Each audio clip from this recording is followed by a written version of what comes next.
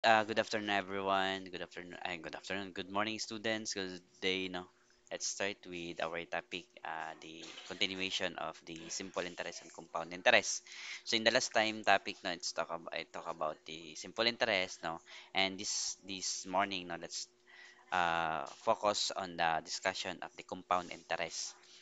So, balikan natin yon no? Yung interest, no? That is the percentage of some amount of money. So, it means, if you have your principal or your capital, no? 'Di ba? Sa Bisaya pa capital, and ipautang nimo, and that interest is that percentage, no, of your money is called interest. And the simple interest formula is interest is equal to principal times rate times time. Okay? Okay na to ng mga example, no? And balikan natin si maturity value and the future value. Pag sinasabing maturity value, so it means the total amount of money of a borrower, no, pays a lender. So it means yung utang mo, nag-utang ka, okay, nag-utang ka, then yung utang mo and yung interest, that is the maturity value. I-add mo lang yung principal and yung interest, that is the maturity value. Pag future value naman, that is the total amount of the depositor. So it means nag-invest ka, nag-deposit ka, no, you are investing money. For example, nag-invest ka ng 1 million, no, after 2 years maging 2 million na. So that is the future value, no. I-add mo lang yung principal with the interest na na-earn mo doon sa na-invest mo, and that is the future value, no. So in short term, maturity value, loan; future value, that is investment. Okay, here is a formula for the maturity value. Okay, so A representing the maturity value is equal to principal plus interest. Pag formula naman, no, to solve the maturity value or the future value, so itong A is that is maturity value, P the principal, constant po yung 1, plus rate times time, no? Yan. So using the spreadsheet, no, na naturo ko ito, no, how to use the spreadsheet by the multiplying the amount, multiplying the rate or the percentage, and multiplying the time. Okay. So wait lang po, students, ha. Mag-send muna ako ng screenshot no, pamatuod nga ng klase ko. Wait lang. Saglit lang. For a while lang. No. So meron po kasi kaming GC, no, mag-send ng screenshot. Okay, so let's move on. Okay, ngayon let's discuss, no, o what is the compound interest.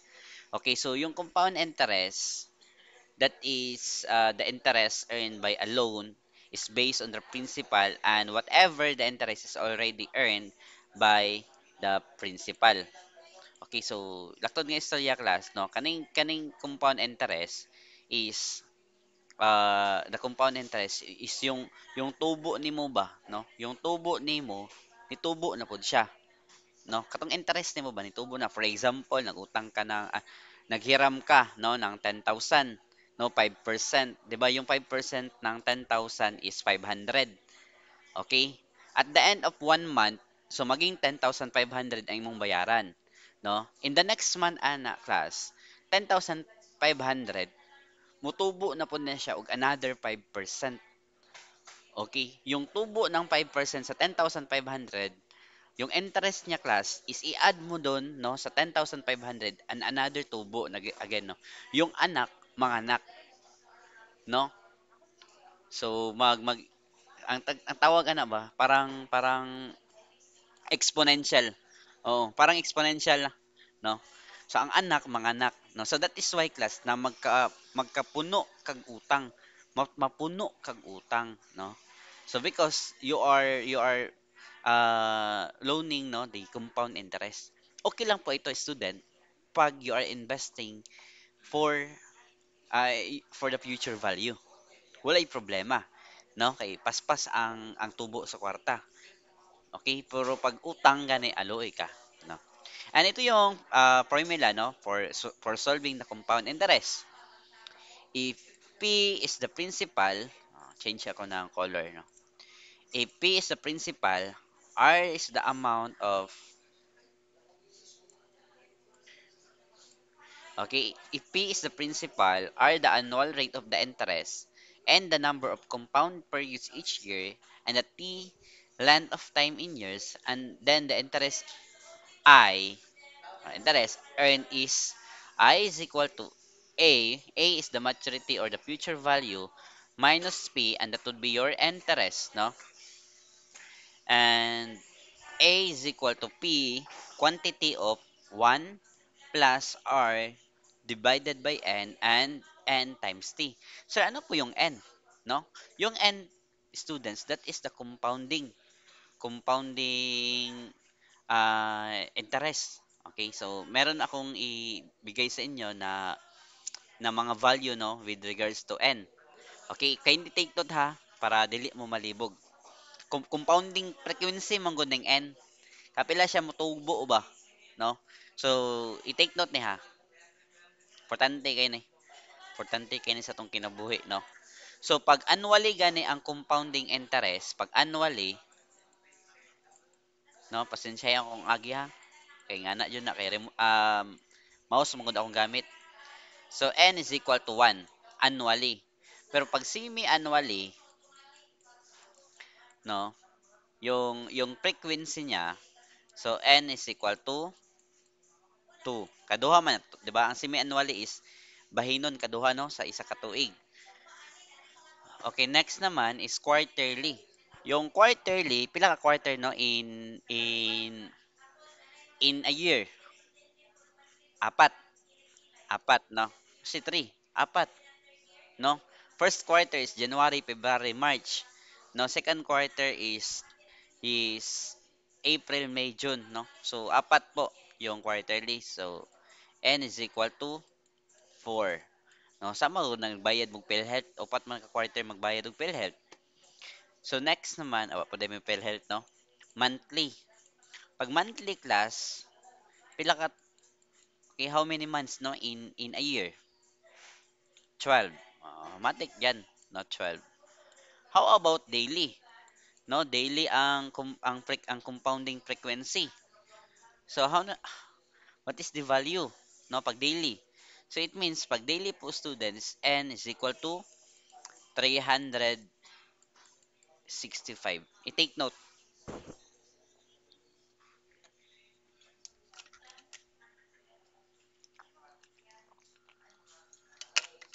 Importante yan. Importante yan. Okay. Sige. Move on. In solving the compounding interest, so yung una, no, nakabulit po ito, multiply the interest rate by the original principal plus the interest that it earned during the time of investment. And after that, as a consequence, money invested under the compound interest grows exponentially. So yung sabi ko ba, no, ang anak, mga anak, no, i-add na po nimo dito sa iyahang uta, sa iyahang main nga principal. So yun, no, another pod nga investment. So that another rate, interest, and that is exponentially. No, but on the downside, the maturity value of a loan whose interest is based on the compound interest also grows exponentially. That is the negative, no? That is the negative of compounding interest class, no? Pag maturity value, puno kag utang, no? Basta dili ka mo bayad, dili nimo i-fully paid. Okay? So that is the downside of the compound interest. Pero the advantage of the compound interest, if you are investing. Now, sir, how about sir kanang ginatawag na to og kaning mga bangko, no? Unsa ilang gamit na sir, mga time deposit. Simple interest na sila class. No, kay kung mag-compound interest sila, mabutang na lang kag 5 million, no? After 10 years na, mahimo naman ng 200 million, no? So lugi pud sila, no? So the benefit of the compound interest depends on your place in the financial transaction. If you are investor or lender, your investment grows exponentially and you reap the benefits of compound interest. No? On the other hand, if you are borrower, borrowing money based on the compound interest also increases your indebtedness exponentially. No? So, always check po students, no? samot na og mangutang og mga online loan application, mga online loan apps, no? So check nyo yan class, no? Baka compounding yan, no? Then ignore mo in 1 year, no? Yung 2,000 mo maging 20,000 na, patay na, no? So wala ka nang ipagbayad sa loan mo. So let's start now with our example. The maturity value of a loan based on the compound interest, okay, a company engaged in recycling scraps obtain a loan of 250,000. Okay, so ito yung loan niya, no, maturity value ang hanapin natin dito. No, from a local bank that charges an annual interest rate of 12%, no, compounded yearly. Okay, take note class, compounded yearly. Ano yung value ng N dito? N is equal to, ano yung yearly? N is equal to 1. Say 12. Months man tong 12, no? So N is equal to 1, no? Ito yung principal, ito yung rate. And the loan must be repaid in 2 years. Okay, so meron na tayong time, no? Time is equal to 2. What is the maturity value of the loan of at the end of the 2 years? So ito yung given. Okay, 250,000 for the principal. Rate is 0.12, 12% man, and n is equal to 1. Bakit n is equal to 1? Because yearly po yung compounding frequency. And t is equal to 2. 2 years po yan. Yan. So using the formula po, students, and substitution method, no? Okay? A is equal to 250,000 because P is 250,000. 1 plus 0.12 divided by 1. Saan po yung 1, no? Take note, N po yung N is equal to 1, no? Then 1 times 2, no? Kasi na malibog mo na kay basing may mo 1.2 man na sir, no? 1 times 2 yan. No, product yan, no? So after that, ano yung unahin nyo dito pag solve? Okay, matik ba yan ni siya? Anong unahin nyo dito sa pag-solve? So unahin yung i-solve si 0.12 divided by 1. Pila man? 0.12 divided by 1 is 0.12. Okay. After that, 1 times 2 is 2. No, copy mo lang ng 250,000. So, copy natin 250,000. Okay. Then 250,000. Okay. Time. Okay, plus ano yung class ha? 1 plus 0.12 is 1.0 1.12, no? 1.12 times 2. Okay? I to the power of 2 day, no? 1.2 times 1.2 exponent mo na class 1.44. Okay? Then times 250,000. Try nyo i-calculate, no? 250,000 times 1.44 is equal to, wait lang ha, meron tayong mali dito ha. 1.12 times 1.12. Okay, mali dahil class, no? Sa baba. Anong 1.44 man na, no? So, dapat is 1.2544.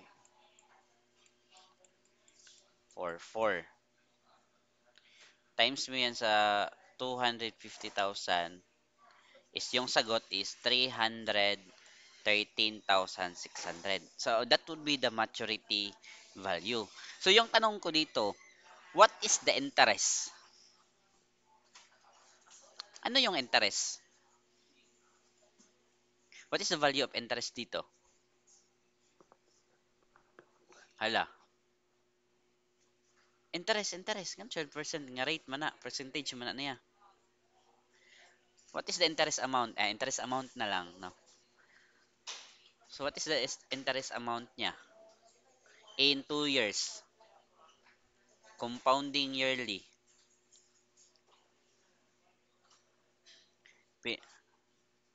Ha? Unsa po? Adonis? 113, 6,000. Take note, kung 250 minus 113, ano bra? 250 man na iyang kapital, iyang principal. Okay, 63,600. No, ayaw mo kalimot last, no? I-minus lang nimo ang 313,000 minus 250,000, so 63,600. Nakuha po, class. What if ba ganyan yung tanong? Mupalo up siya question ba? So pwede ka magkamali, no? So i-minus lang nimo no ang principal with the future the maturity value kay utang mo din eh. How about this one? No? So i-solve na lang nako ha. Ayaw na lang mo pag-solve ano eh. No? Follow na lang ta. Okay. Find the future value of an investment, no? An account promises to pay investment po siya so future value. So ang account no mag-invest siya ng 2.5%. So meron tayong rate compounding daily for 3 years. Okay. Daily. So take note daily, compounding daily. So ano yung compounding frequency ng daily? N is equal to okay, 365. For 3 years. Okay, meron tayong time. 3. What is the future value of an investment worth 10,000? So 10,000 is the principal, no? And letter B, what is the interest earned by 10,000? No, dalawang question. Okay, so our principal 10,000, the rate po is 0.025 because 2.5% po 'yan and the compounding frequency is 365 because compounding daily po siya and the time po is 3 years. Now, using the formula of compounding interest, future value and the maturity value, so P is equal to, P is quantity of 1 plus R divided by N, okay, raised to the power of N times T, no? So, substitution lang po, no? Substitution method.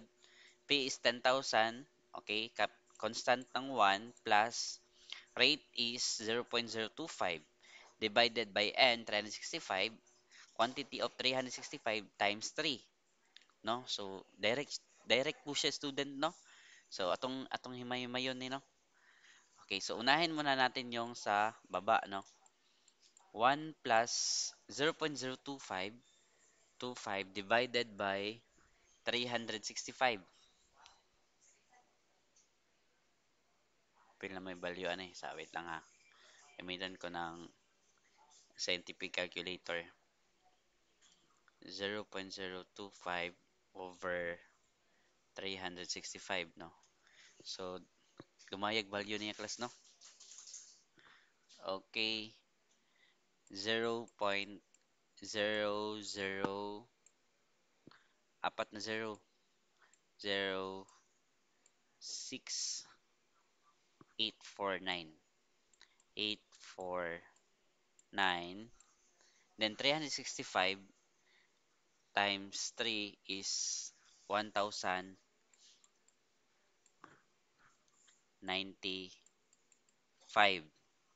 Then, i-add mo yung 1 plus, okay? So, magiging 1.0000,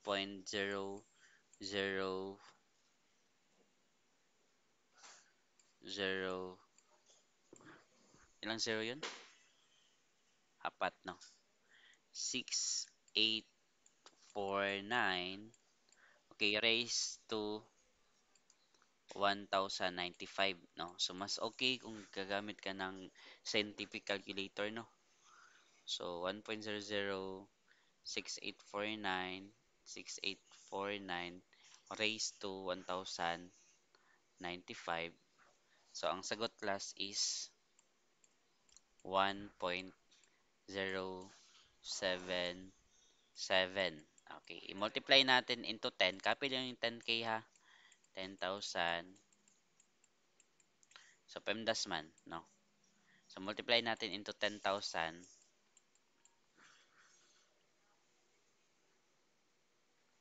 times 10,000.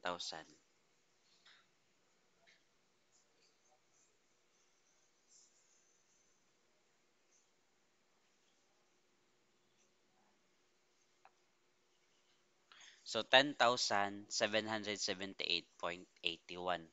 So it means yung yung capital no, yung principal na 10,000 in 3 years po students naging ah, yung interest is 778.81. So gamay lang siya no. Gamay mo gud yung interest and 10,000 no. 2.5% mo gud yung interest. So sa 3 years is 778.81. Okay no. So ngayon no, what is the difference of between the simple interest and the compound interest no. So yung simple interest, it computes the interest based on the principal only. So kung nag-business ka gamay-gamay o gamay-gamay ra jud yung simple interest no kay mag-base lang ka sa kanyang principal no. Walang tutubo doon sa may mga interest niya no. So base ka lang sa principal. And yung isa naman, yung compound interest, compute the interest based on principal and the previously earned interest. So, yun, no? So, punta na tayo, no, sa may Excel, no? Excel na ta. Okay. Wait lang. Open ko muna yung Excel ko.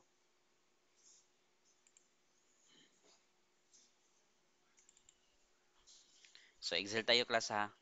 So, paki-take note po, students, formula, no, using Excel. Okay, basin na yung madato ka ng Excel, no? How ka mag-Excel. Okay. Ah, check ko muna yung recorded discussion ko.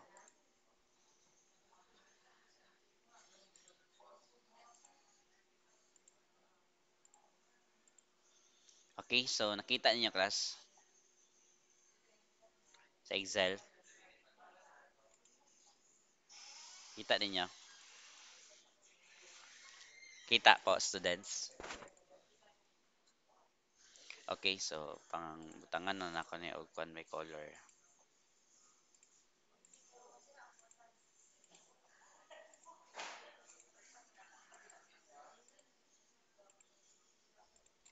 Okay, so investment, so it means we're solving the future value, no? So nag-invest si for example lang si Almagro, no? So si Almagro nag-invest ng 5 million, no? Datuan ako, no? 5 million. And the rate for the 5 million po is 5%. Compounding period po class 4. So it means ano yung 4? N is equal to 4. Ano yung compounding dyan? Quarter, yeah, no, quarterly. And the term po is 10, no? 10 years yung term. So dako ano? Compounding quarterly 10 years and 5 million yung investment. So to na may solve dra eh. Ako atong kan manuhon no. Og type no to use the Excel formula no. Yung una po students is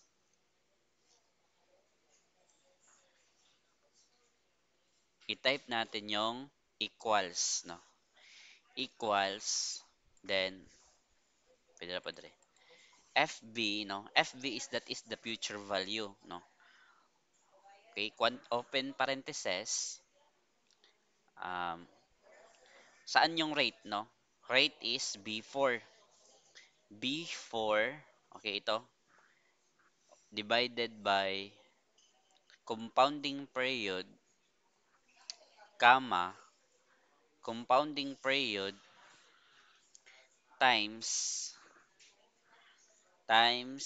term no katong 10 years B6, okay, comma, 0 minus investment, and that is the formula for the compounding interest.